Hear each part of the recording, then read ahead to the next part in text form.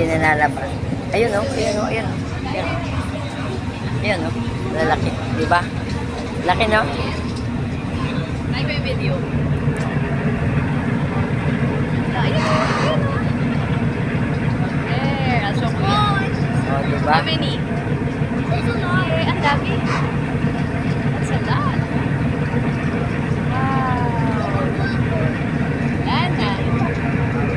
Ano pa? Ikaw sa siya. Naka-zoom ka ba? Layo na eh, no? Ikaw sa siya.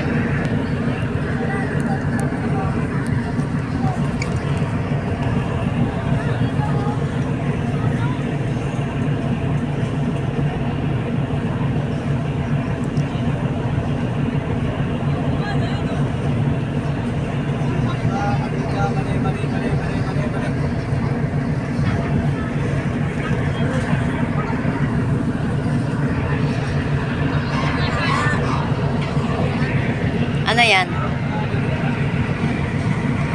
Simbahan. Hindi yan simbahan.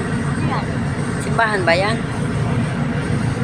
Malabo eh. Ito, nalubog ng kaano. Pag, Basta mawala kami. yan.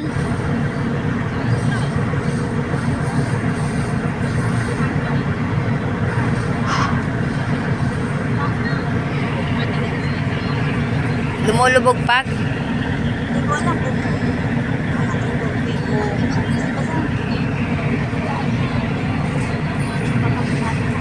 parang mga init. Nawawala yung kanya. Yan ang nakikita natin pag madaling araw, yung ilaw niyan.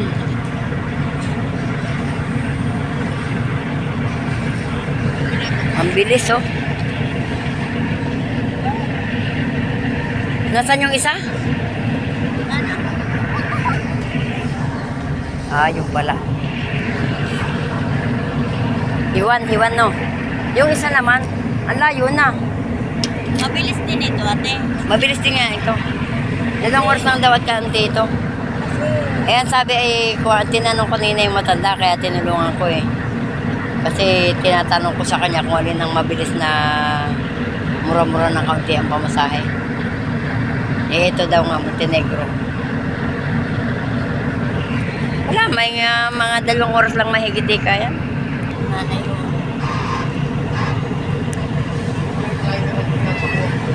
Ano siguro nilalagyan ng layag pag malaki ahas ang dagat? Oo. Siguro nga.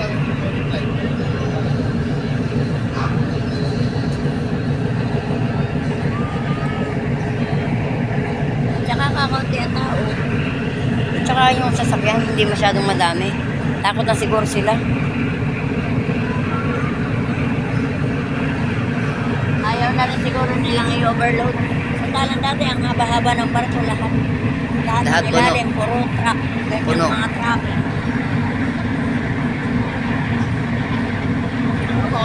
Ano naman yun?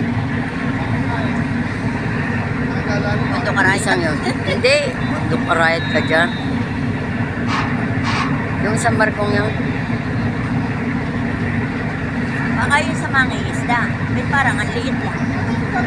Hindi. Ano din yan? Parang ganito din siya.